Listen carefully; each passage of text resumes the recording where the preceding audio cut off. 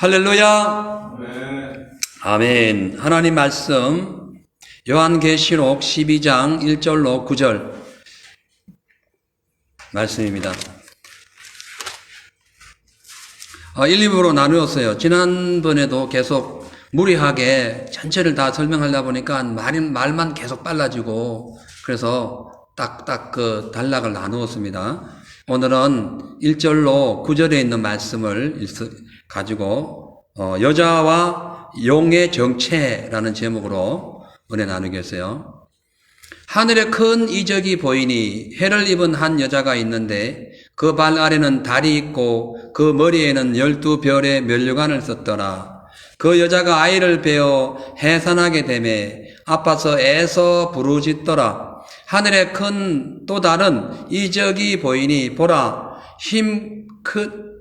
큰 붉은 용이 있어 머리가 7이요 뿔이 10이라. 그 여러 머리에 7 면류관이 있는데 그 꼬리가 하늘 별 3분의 1을 끌어다가 땅에 던지더라. 용이 해산하려는 여자 앞에서 그녀가 해산하면 그 여자를 아이를 삼키고자 하더니 여자가 아들을 낳으니 이는 장차 7장으로 만국을 다스릴 남자라. 그 아이를 하나님과 그 보좌 앞으로 올려가더라. 그 여자가 광야로 도망하며 거기서 1260일 동안 저를 양육하기 위하여 하나님의 예배하신 곳이 있더라.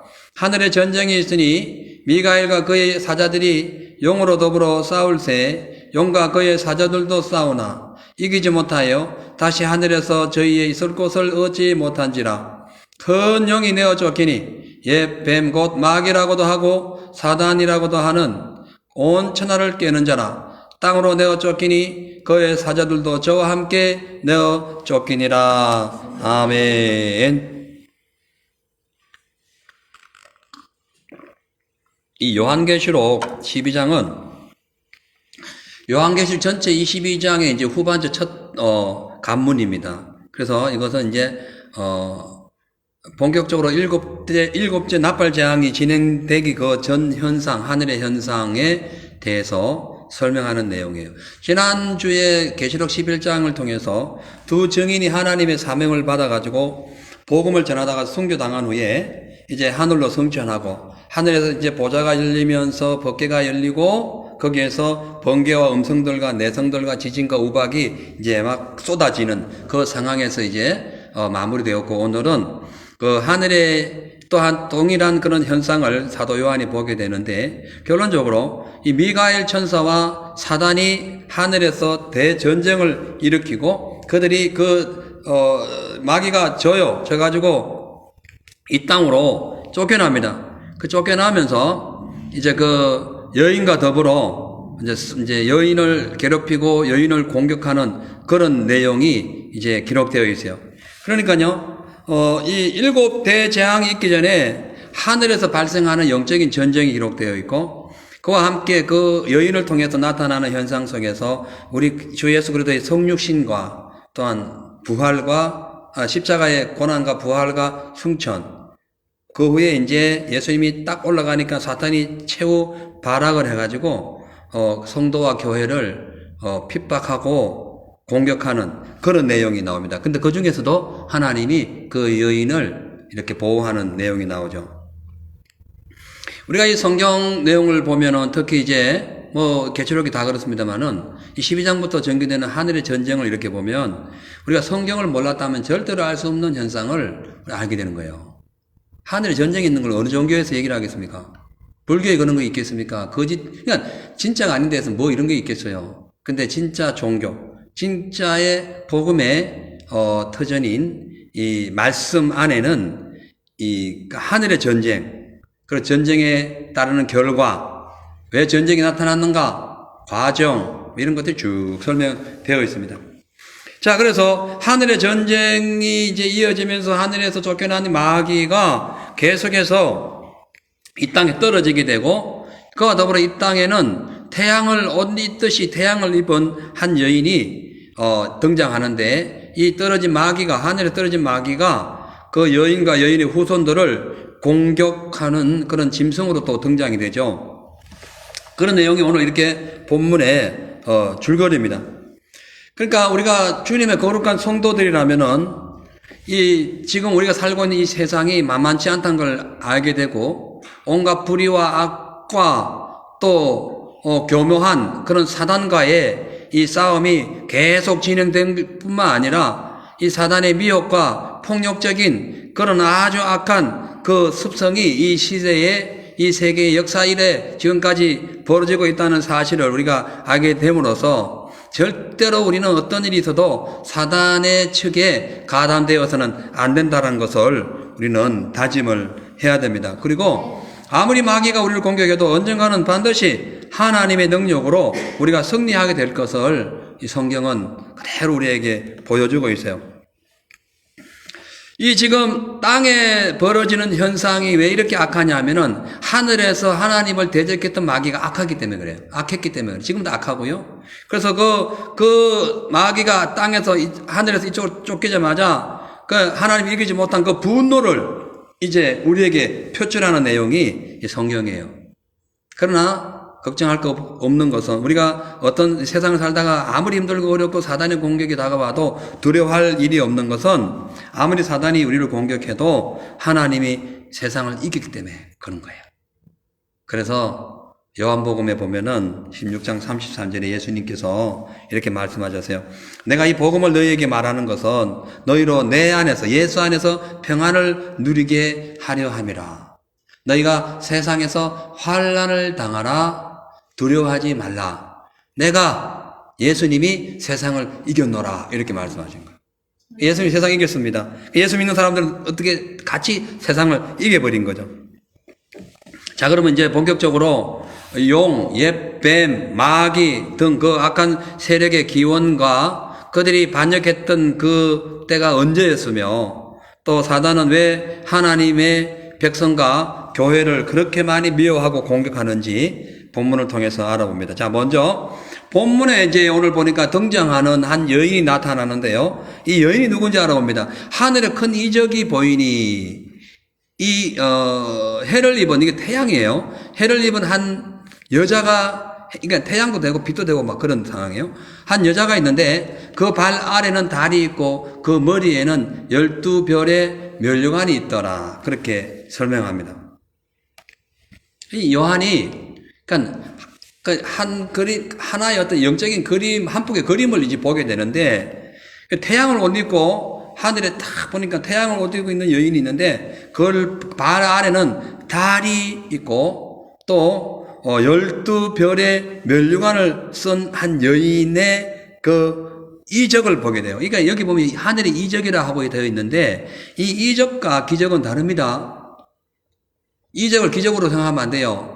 이 기적이라는 것은 어떤 초자연적인 일이 현실로 나타나가지고 그대로 드러나는 현상이에요. 그러니까 예수 이름으로 귀신아 나가 했을 때에 막 소리를 지르고 나가는 거죠.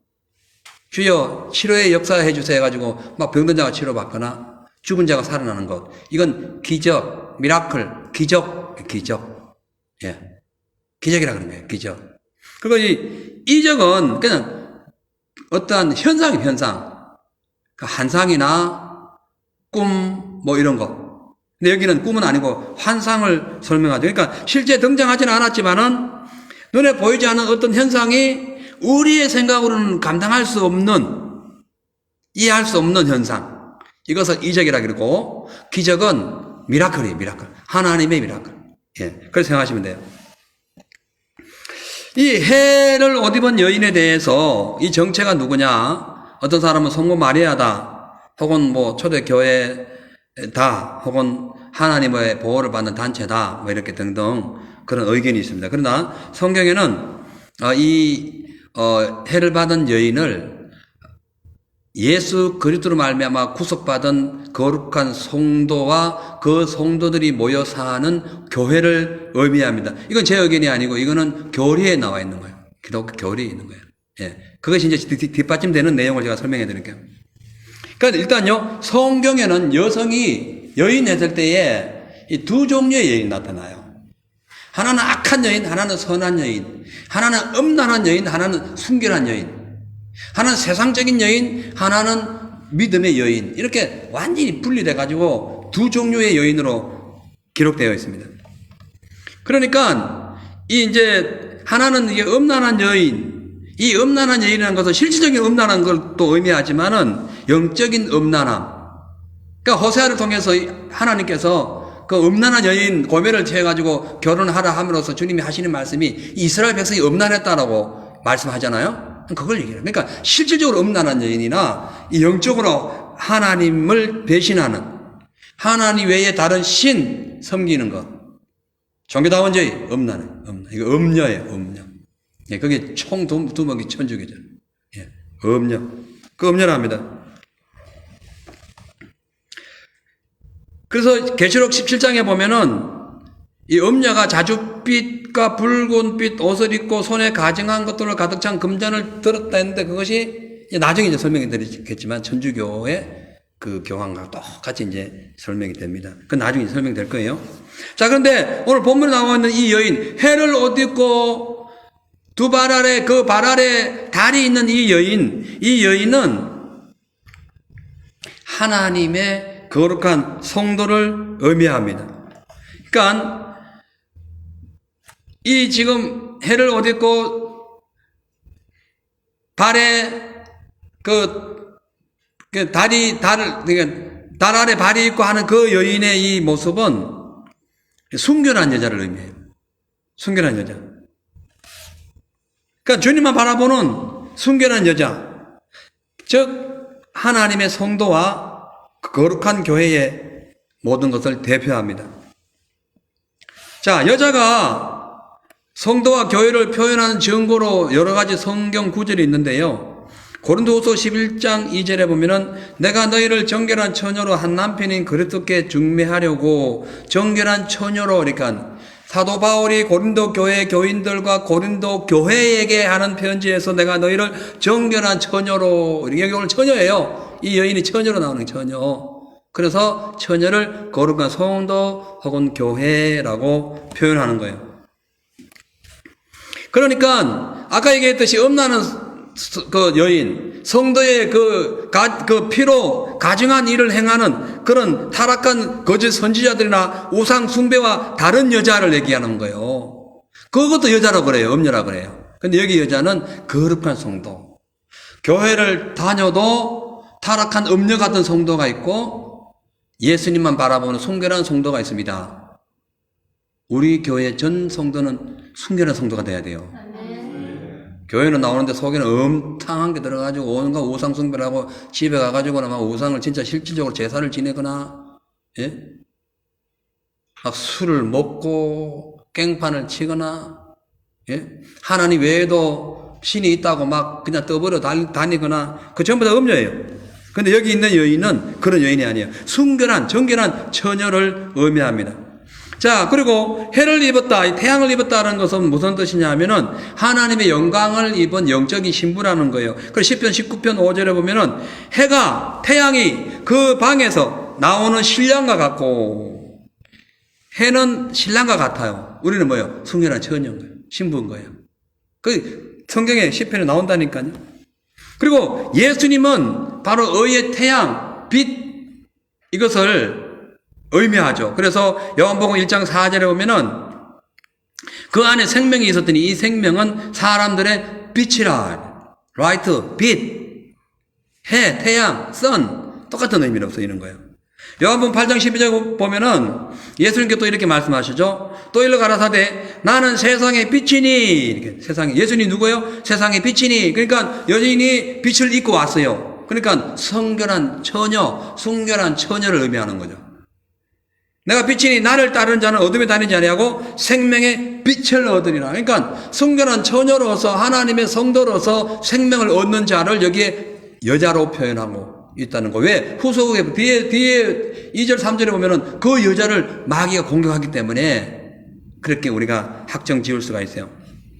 그렇기 때문에 해를 옷 입은 여인은 거룩한 그리스도의 그 복음을 옷 입었다는 것을 뜻하며 순결한 성도를 의미하고 있어요. 그리고 이 여인의 발밑에 있는 달은요, 달은 주로 뭐냐면은, 달은 실질적으로 달은 태양을 반사하는 역할만 해요. 태양의 빛을 반사한다, 태양의 빛. 그래가지고 초성달, 뭐, 이렇게 보름달 있잖아요. 그죠? 예. 그 이제 빛을 반사하는 그런 의미의 빛이에요. 그래서 의의 태양 되시는 예수 그리스도로부터 진리의 빛을 받아가지고 세상에 그 빛을 나타내는 걸 의미하는 거예요. 교회를 의미하는 교회를. 맞죠? 이거 억지로 끼워 맞춘 게 아니라 이렇게 풀 수밖에 없는 거예요. 그래서 마태복음 5장 14절에 보면은 그렇게 설명합니다. 너희는 세상의 빛이라.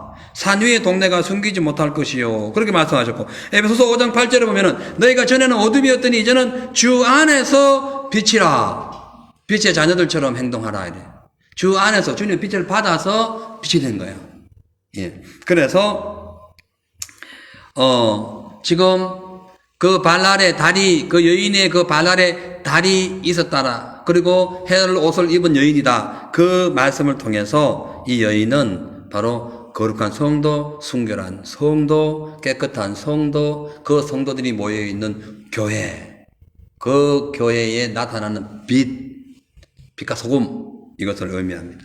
그리고 여기 보면은 이제 그 머리에는 12별의 멸관이 있더라 이렇게 말씀하죠. 12별은 이스라엘의 12지파를 대표하기도 하지만은 예수님의 12사도를 가리키는 말일 수 있어요. 그러니까 영적으로 주님의 제자된 성도들을 의미합니다. 예수님 제자잖아요. 12제자가 제자잖아요. 예? 실질적으로 그 12지파는요 하나님의 제자들이었어요. 예. 이제 그 바로 못 살아서 문제였지 그 과거에는 그걸 의미했었어요. 자, 그래서 12별의 면류관이라는 것은 하나님의 거룩한 성도 예수 그리스도의 진짜 제자로서 사단의 혹독한 시험과 환난을 견뎌낸 후에 받는 면류관을 의미하는 거예요. 여인이 면류관을 썼다는 것은 그걸 의미하는 거예요. 과거에, 그러니까 예수님 시대 이후로 수많은 시련과 환난과 공격과 마귀의 어마어마한 그런, 집요한 그런 공격이 있었잖아요. 그걸 계속 이겨낸 자들, 그리고 앞으로 나타날 적그리스도를 대항해서 우리가 참고 끝까지 견뎌서 순교를 당하든지 참고 끝까지 가다가 예수님께 들림 받든지 그런 성도들, 그 성도들이 뭘 받는다? 멸류관을 받는다. 아멘. 이게 참 중요한 말씀이죠.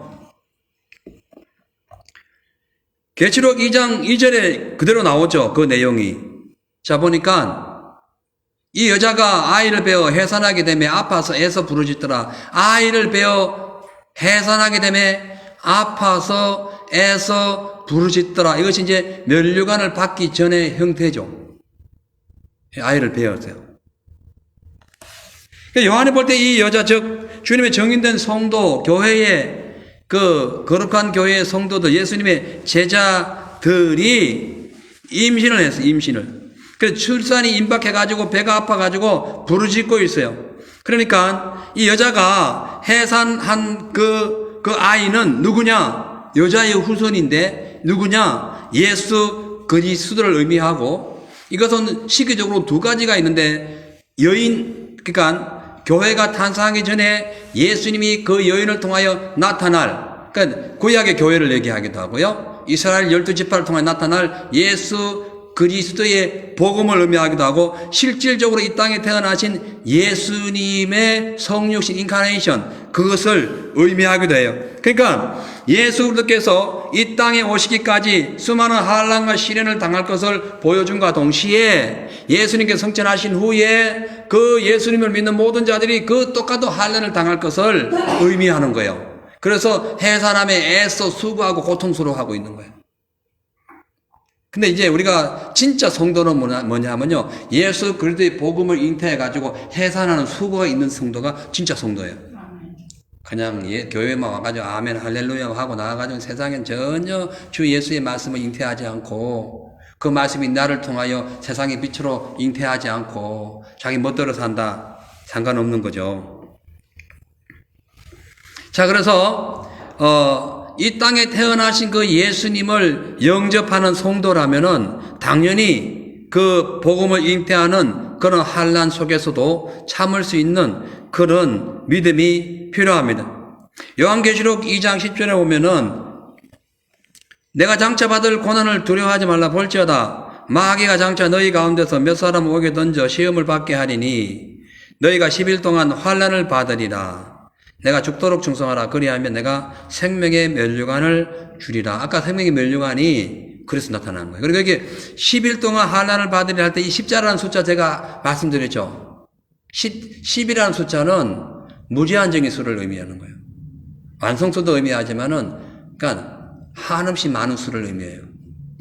그래, 거기에 1000 붙이면 한없는 수를 얘기하는 거예요. 이 내용이 뭐예요? 오늘 지금 계시록 제가 방금 읽은 2장 10절의 내용은 서머나 교인들이 칭찬받았던 교인이에요. 그 교인들이 로마의 극심한 환난과 궁핍을 막 그냥 고통 속에 살았는데 그것을 이겨내고 마귀의 그 엄청난 시험을 견딤으로 말미암아 받게 될 면류관에 대해서 예수님이 하신 말씀이에요.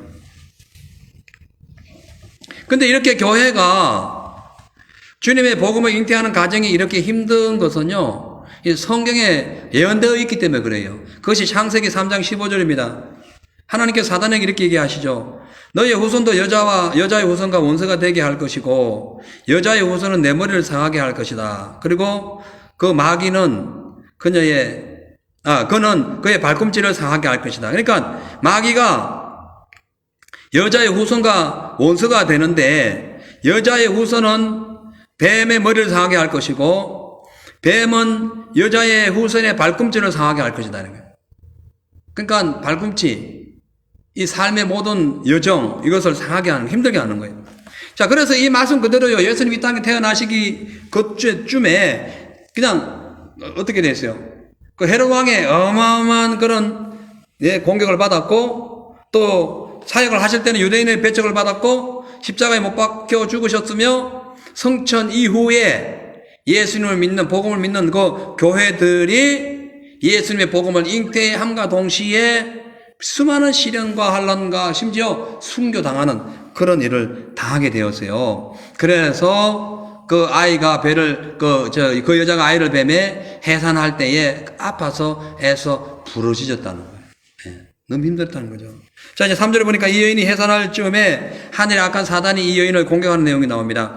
3절에 보니까 하늘에 또 다른 이적이 또 다른 어떤 환상이 본 거예요. 보이니, 힘 큰 붉은 용이 있어 머리가 7이요 뿔이 10이라 그 여러 머리에 7 면류관이 있었다. 이렇게 말씀합니다. 이 요한은요, 이 해를 옷 입은 한 여자 성도와 극명하게 대조되는 또 하나의 이적을 보았는데 그의 모습이 7머리와 10뿔을 가진 흉측한 붉은 용이었어요.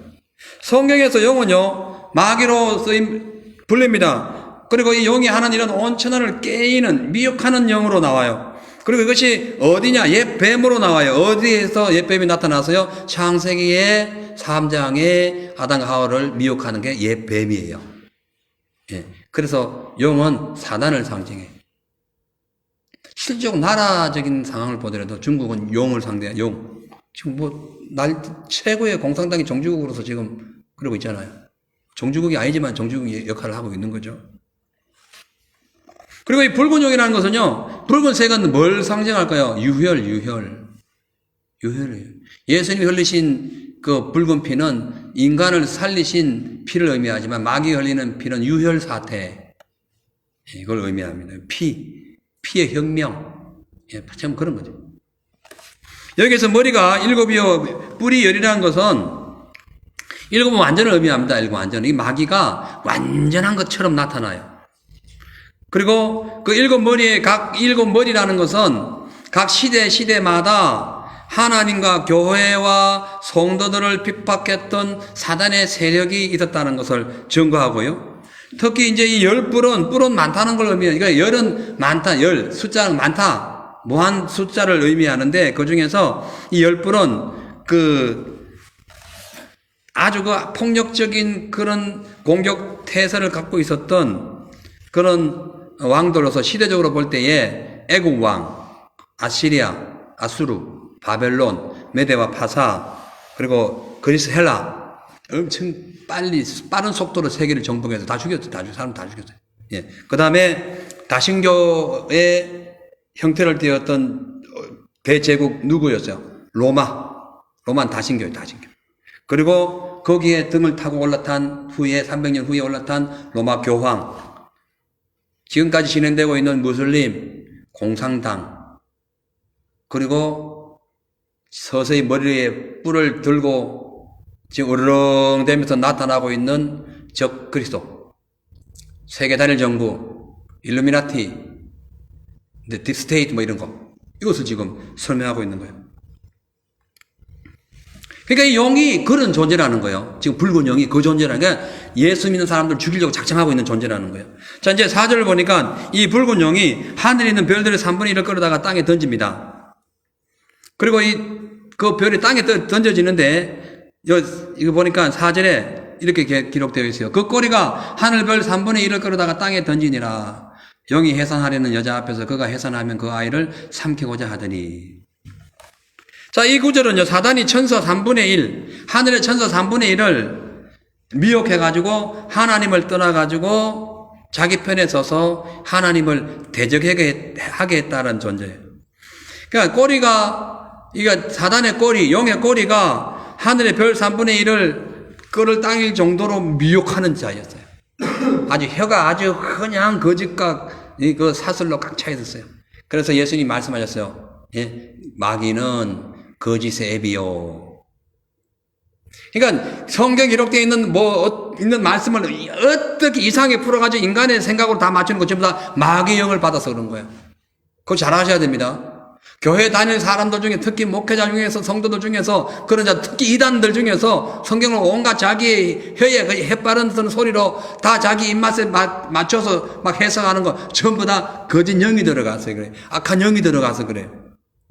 하늘의 별 3분의 별은 천사를 의미하잖아요. 별 3분의 1을 땅에 끌어당길 정도로 강력한 힘이 있었다는 것은 그 말이 얼마나 그게 미혹했겠어요. 그리고 아주 그 영향력이 대단했다는 것을 볼 수 있습니다.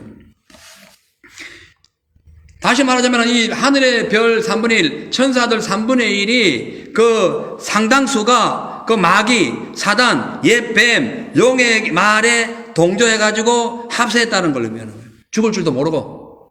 예. 그래서 지금도요, 적 그리스도 편에 서 있는 교회들이나 목회자들이나 종교통합주의자 있는 모든 교회들의 이번 마귀에게 조정받고 있을 뿐만 아니라 그들을 따른 자들이 뭐예요? 거기에 동조하고 있는 거예요. 예. 이 당시 천사들이 하나님을 대적할 줄 누가 알았겠어요?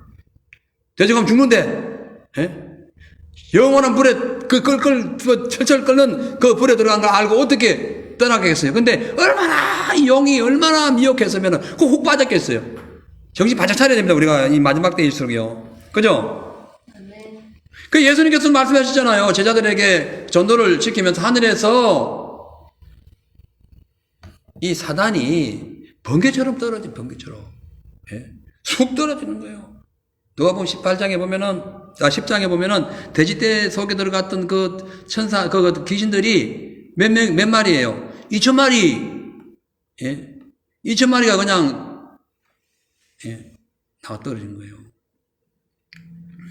이 천사에 대해 가지고는, 이 하늘에서 떨어진 천사에 대해 가지고는 귀신이라 하는 의견이 지배적입니다.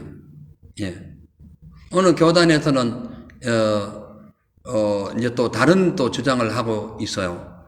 근데 아무튼, 뭐 이런 주장이든 저런 주장이든, 예, 이 중요한 것은 이 붉은 용이 지금 하늘의 천사들을 그만큼 미혹할 정도로 아주 그냥 거짓말쟁이였다는 거죠. 자, 근데 이제, 여기 말씀 보니까 용이 해산하려는 여자 앞에서 그녀가 이제 그 아이를 해산하려고 하면은 그 아이를 삼키고자 하더니 여자가 아이를 낳으니 이는 장차 철장으로 만국을 다스릴 남자라. 그 아이를 하나님과 그 보좌 앞으로 올려가더라. 이렇게 기록되어 있죠. 4절 5절에. 용이 그러니까 여자가 해산한 아이를 삼키려고 딱 대기하고 있었어요. 하늘의 별 3분의 1을 끌어다가 전투하려고 딱 작정하고 딱 여자가 아이를 딱 낳으면 확 잡아먹으려고 딱 대기하고 있었는데 낳자마자 하늘로 올라가는 현상이 나타납니다. 여기에서 여자가 낳을 아이는 철장건설을 가진 예수님을 의미합니다. 예수님이 철장건설 예수님을 갖고 있기 때문에 그래요.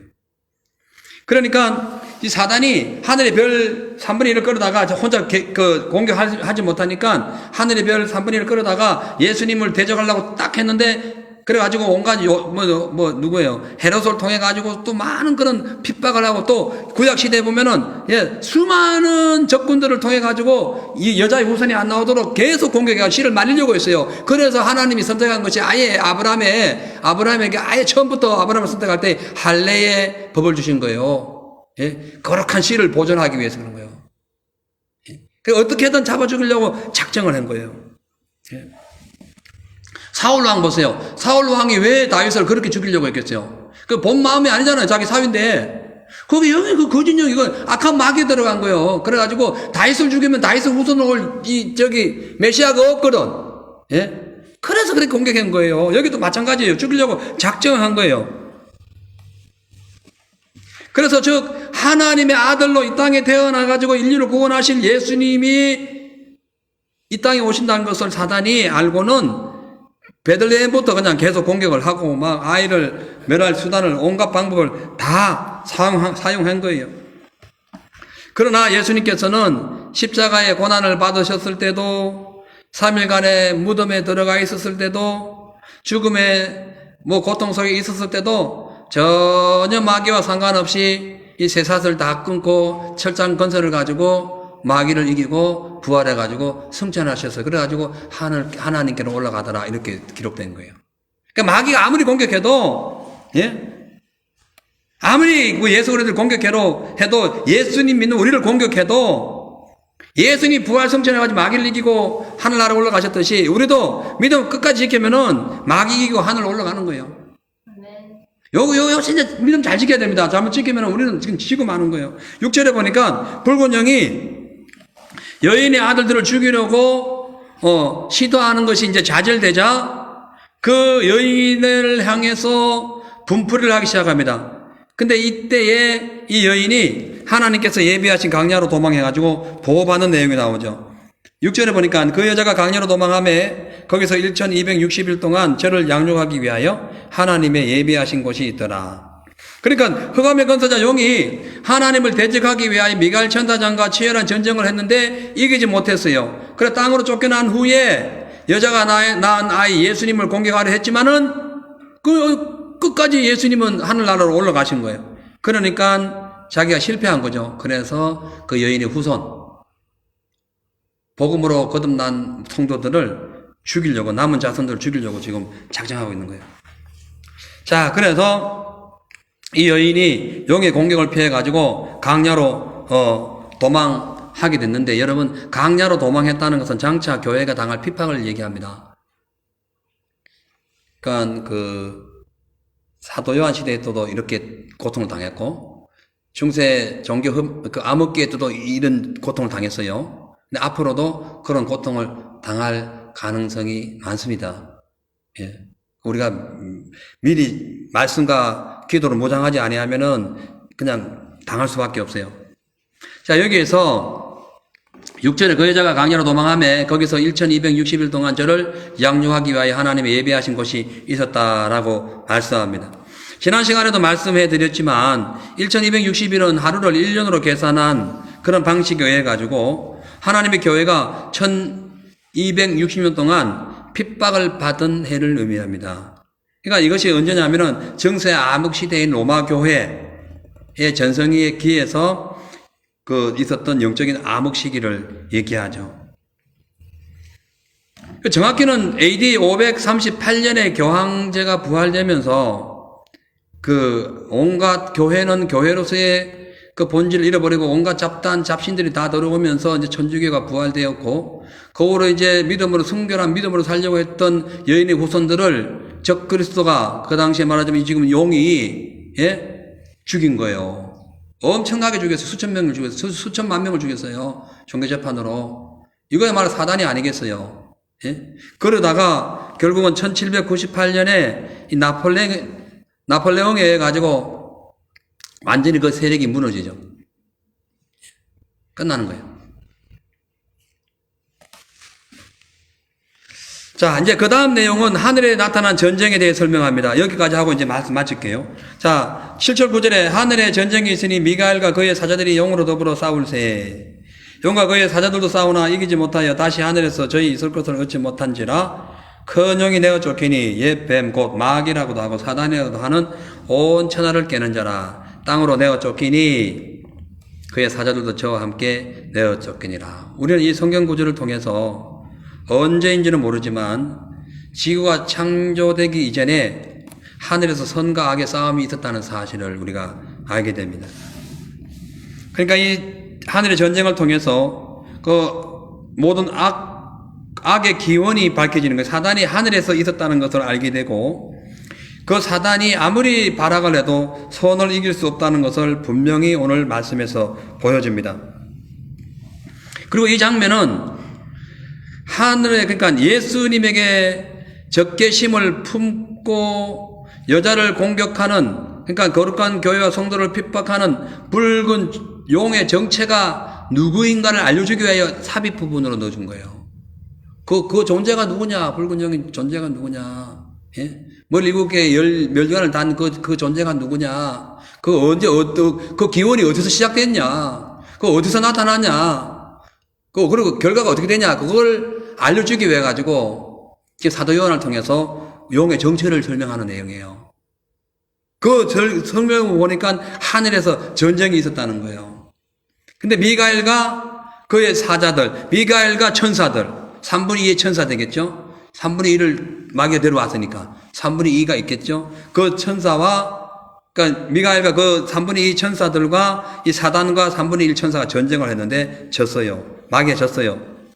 그래가지고 이제 땅으로 쫓기는데 이 미가엘이라는 이름은 누가 하나님과 같으랴라는 뜻도 있어요. 그러니까 이 미가엘 천사는 하나님의 전적인 능력을 가진 천사다라고 볼 수 있어요. 하나님과 같은 사람 누가 있어요? 그러니까 철저한 하나님적인 그 하나님의 어떤 건접하는 능력을 갖고 있는 어마어마한 힘을 갖고 있는 거예요. 그러니까 이 이제 성경에 의하면은 그 유대인 전성에 의하면은 이 미가엘 천사장은 하나님을 호위함과 동시에 구원 얻은 성도들을 돕기 위하여 보낸 천사장이라고 설명합니다. 그래서 다니엘에서 보면은 천사장이 나오죠. 미가엘 나오죠. 예, 그렇게 기록할 수가 있어요. 그리고 이 큰 용, 옛배 마귀는 천하를 깨는, 온 천하를 꼬시는 자다, 꼬시는 자. 가문 이설로. 사기꾼이에요, 사기꾼 말하자면. 영적인 사기꾼이에요. 사기꾼한테 당해보세요. 그동안 벌어놓은 재산 다 날아갑니다. 예.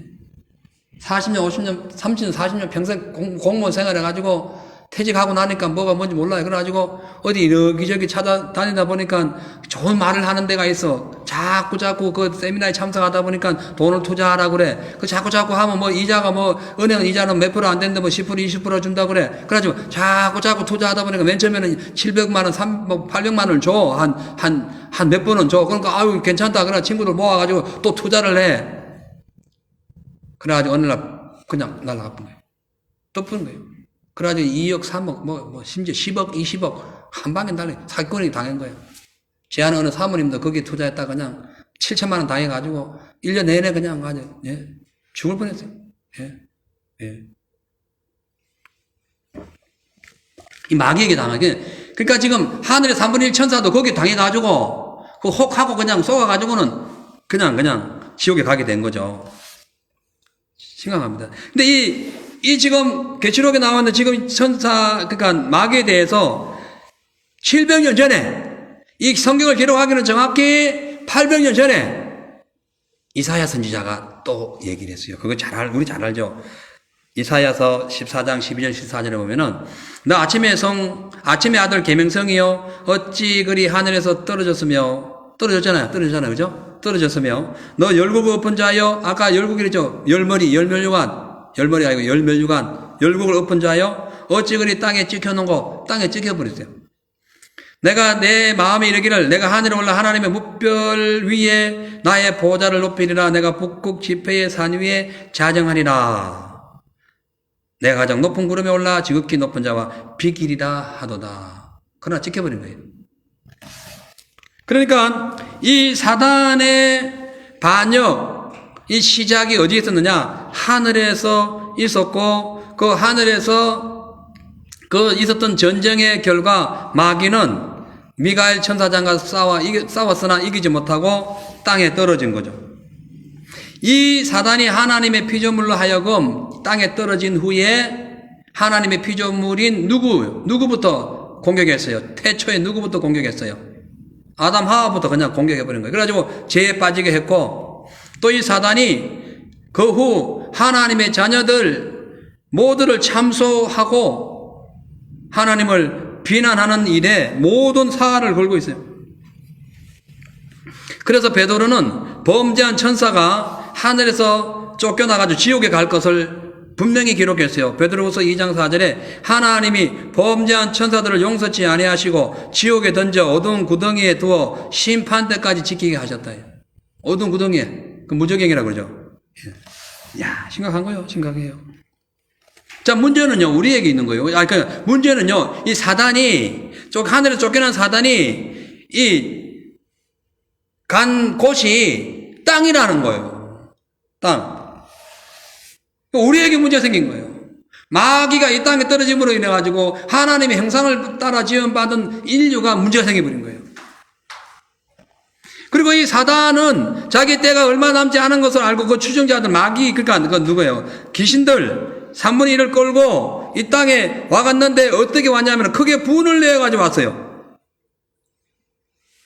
그러니까 지금 이 공중권세를 잡은 마귀가 우리를 그냥 잘해줄 것 같죠? 분을 내고 있어요. 그래가지고 어떻게 하면 미혹할까? 어떻게 하면 속일까? 해가지고 음란하게 만들고 탐욕하게 만들고 하나님을 배반하게 만들고 세상 문화를 좋아하게 만들고 우상숭배하게 만들고 거짓 복음을 믿게 만들고 이단에게 빠지게 만들고 또 종교 통합에 가담하게 만들고 온갖 말도 안 되는 복음에서 변질시켜가지고 똑같이 지옥에 데려가고 있는 거예요. 그래서 예수님께서 말씀하셨어요. 자편에 있는 염소 같은 사람들에게 해가지고 들에게 말하기를 마귀를 위하여 영영이 예비된 불에 들어가라는 거예요. 예. 그러니까 이 지옥은 원래 마귀를 위해서 준비한 거예요. 사람들은요, 세상 사람들은 왜 하나님 살아계시면 지옥을 만드느냐고.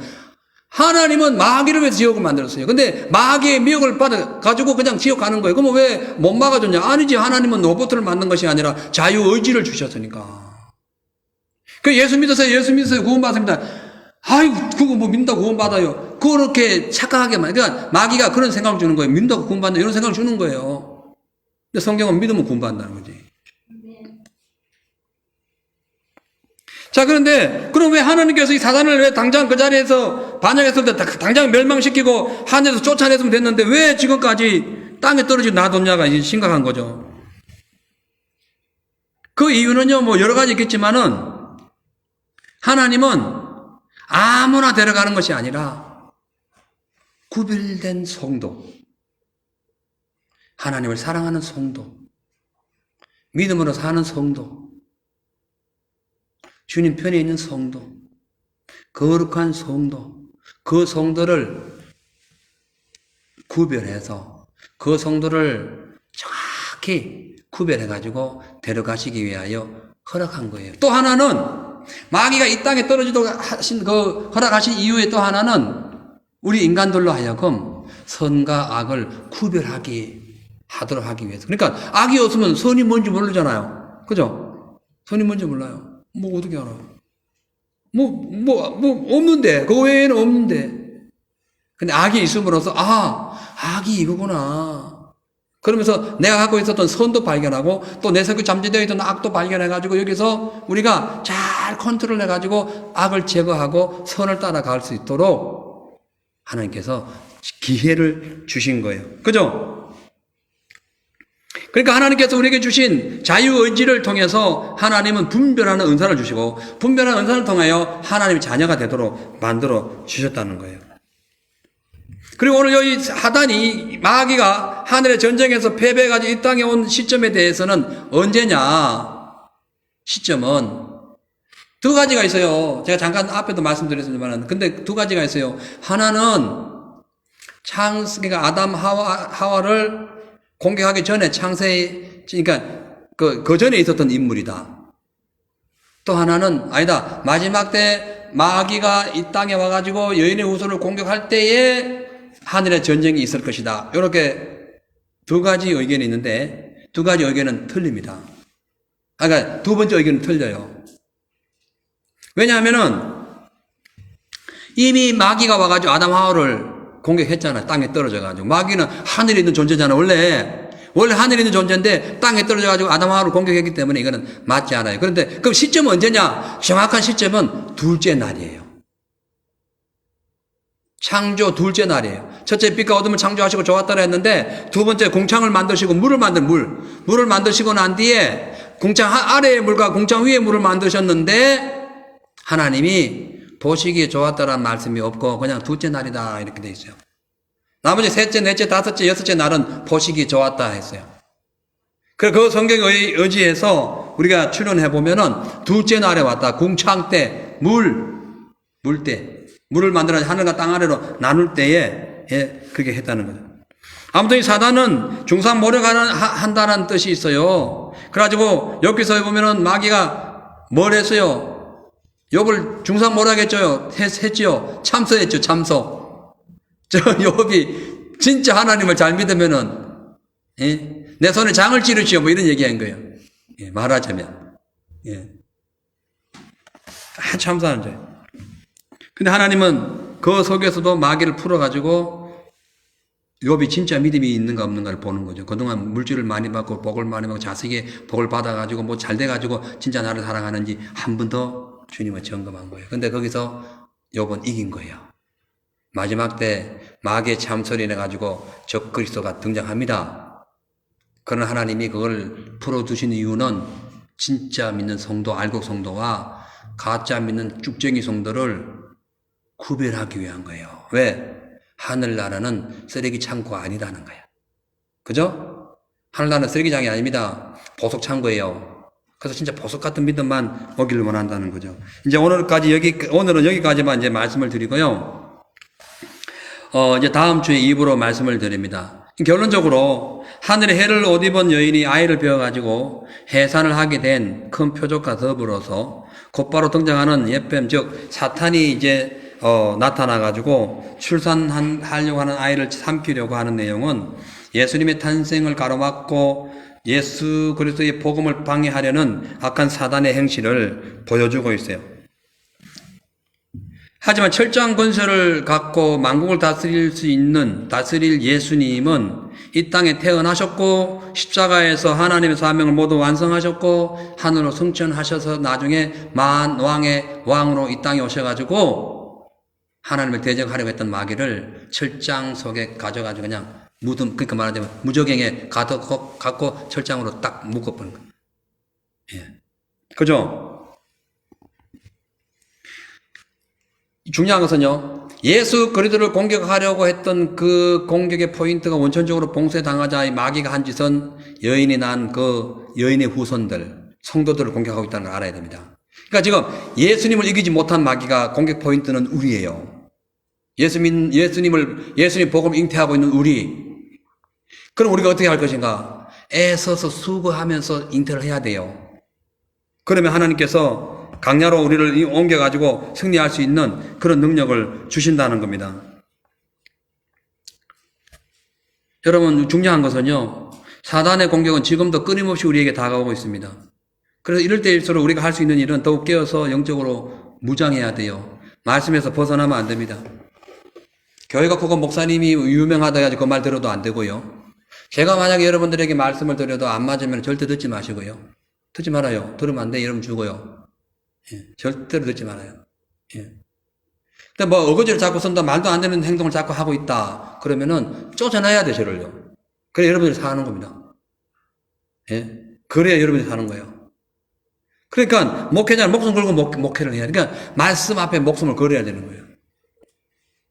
그래야 여러분도 살고 저도 살아요. 제가 목회하는 이유는 하나님의 양떼를 맡아서 목회하는 것도 있지만 진짜 솔직히 얘기해서 제가 목회하는 첫째 원인은요, 천국 가기 위한 겁니다. 좀 이기적인 것 같지만 진짜예요. 내가 목회 잘하고 나는데 바울의 말처럼 내 지옥 가면 무슨 상관이 있어요.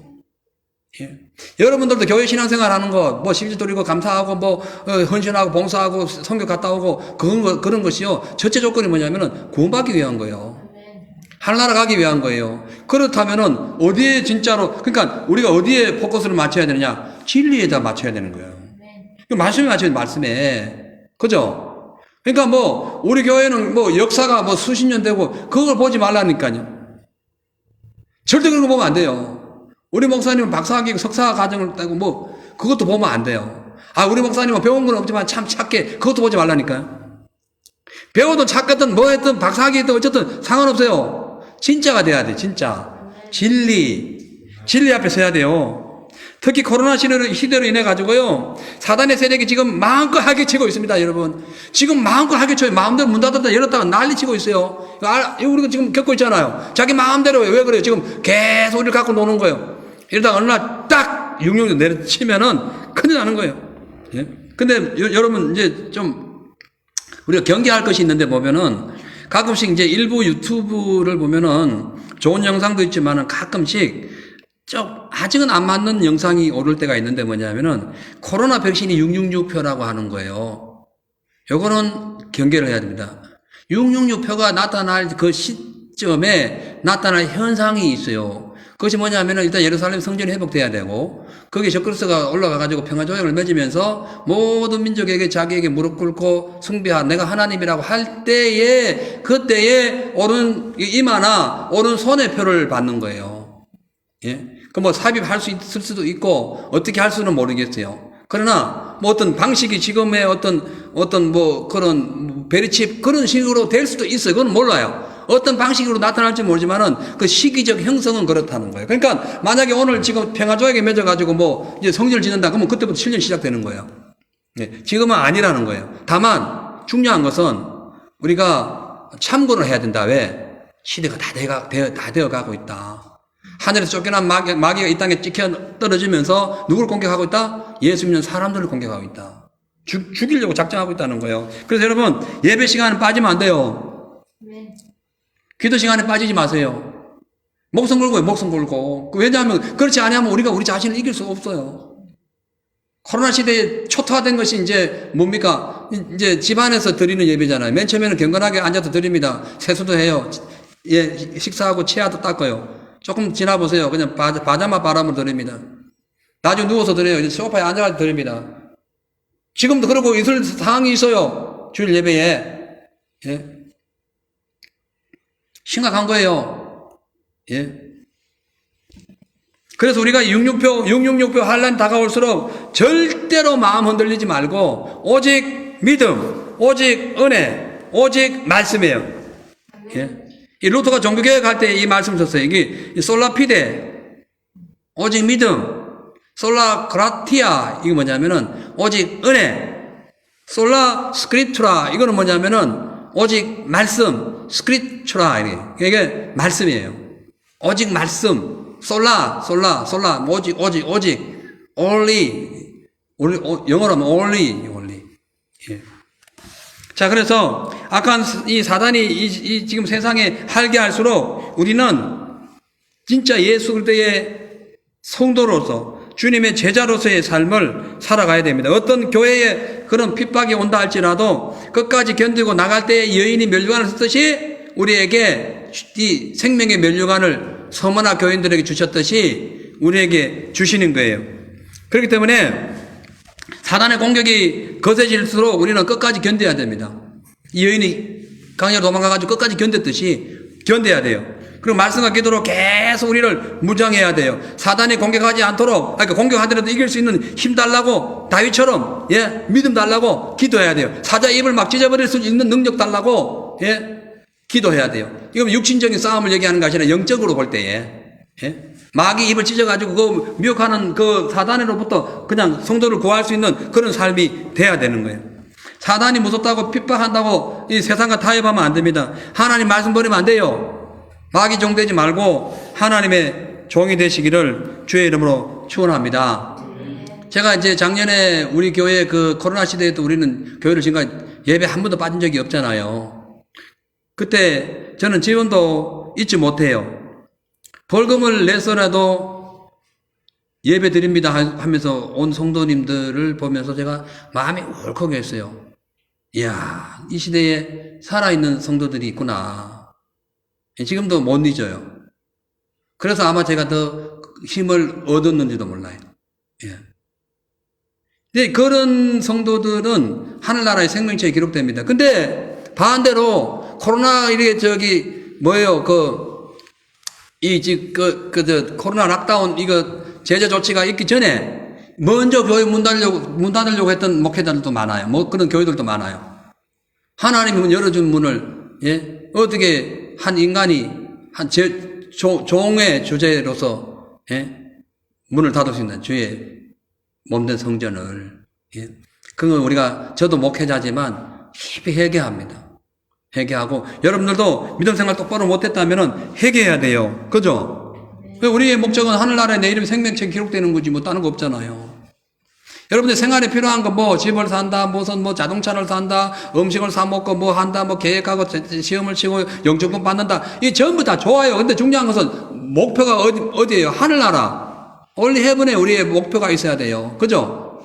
그런 목적을 갖고 있어야 지금 한 여인처럼 그런 환난과 시련 고통 속에서도 믿음을 지키고 주님과 동행할 수 있는 그런 영적인 승리자가 되게 되는 겁니다. 기도하겠어요. 하나님 아버지요, 감사합니다. 하늘나라에 전쟁이 있었고 이 전쟁은 마귀가 예수님을 대적해가지고 그 자리를 넘보려고 했다가 벌어진 사건이었습니다. 그러나 예수 그리스도의 능력과 십자가의 보혈과 부활의 능력을 원천적으로 패배해버린 그런 사단이 결국은 극도로 분노하여 성령으로 거듭난 예수의 신부인 성도, 순결한 처녀인 교회를 공격 대상으로 정하여 그때부터 지금까지 심력에 공격하고 있습니다. 그러나 하나님께서 사단의 공격을 피할 수 있도록 거룩한 성도를 구별하여 강약 같은 세상에서 끝까지 보호해 주신다고 말씀했사오니 하나님, 마지막 때일수록 더욱 깨어서 영적으로 무장함으로 믿음으로 승리할 수 있는 살아있는 성도들 될 수 있도록 축복하여 주옵소서. 감사드리며 예수님의 이름으로 기도합니다. 아멘. 우리 찬양 부르시고요. 기도 제목. 지금이 마지막 시대입니다. 그래서 마지막 시대임을 깨닫고 주의 말씀에 더욱 순종하고 거룩한 성령의 그런 열매를 맺기 위해서 기도하시기 바랍니다. 그리고 우리 교회 부흥과 알곡 추수, 교회 부흥이라는 게 참 요새는 참 교회 부흥도 참 마음 아픈 상황이 됐어요. 교회가 많이 부흥되면 교회 문을 못 여는 상황이 되어버렸어요. 심각한 일이 벌어졌어요. 참 그러나 하나님 원하시는 것은 영혼 추수이기 때문에 알곡을 추수하기 위해서 전도의 능력 달라고 기도하시기 바라고요. 특히 시드니 지역 코로나가 종식되어서 지금까지는 이제 보도가 열려 있잖아요. 이제 언제 다칠지 모르기 때문에 다치지 않도록 계속 열려가지고 그 시드니 락다운이 해제되고 이렇게 자유로운 믿음 생활을 할 수 있도록 그렇게 기도합시다. 그리고 각자의 기도 제목과 작전 기도 내용이 있습니다. 그래서 여러분 이 일을 위해서 성령 충만하게 해달라고 기도하시기 바랍니다. 너희는 가만히 있어 찬양 부르신 후에 합심으로 기도하시고 알아서 시간 되시면 이제 각자 집으로 돌아가시기를 바랍니다. 남은 분들은 이제 계속해서 10시까지 기도하고 이제 가시도록 하겠어요.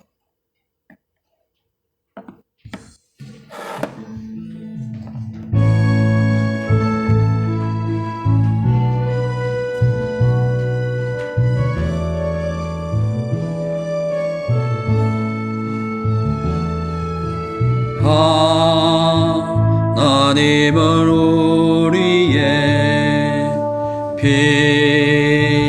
피난처가 되시고 환난 중에 우리의 힘과 도움이시라. 너희는 가만히 있어 주가 하나님 뱀할지어다 열방과 열방과 세계 가운데 주가 높임을 받으리라. 아멘. 사랑합니다 내 아버지, 사랑합니다 내 온 맘 다하여 선포합니다. 예수 그리스도 주님 오시길 기다리며. 우리 한 번 더 합니다. 하나님은 우리의 피난처가 되시고 환난 중에 우리의 힘과 도움이시라. 너희는 가만히 있었어. 너희는 가만히 있어. 주가 하나님 됨알지어다. 열방과 세계 가운데 주가 높임을 받으리라. 사랑합니다 내 아버지, 찬양합니다 내 온 맘 다하여 선포합니다. 예수 그리스도 주님 오시길 기다리며. 우리 주여 삼창하시고 기도하겠습니다. 주여, 주여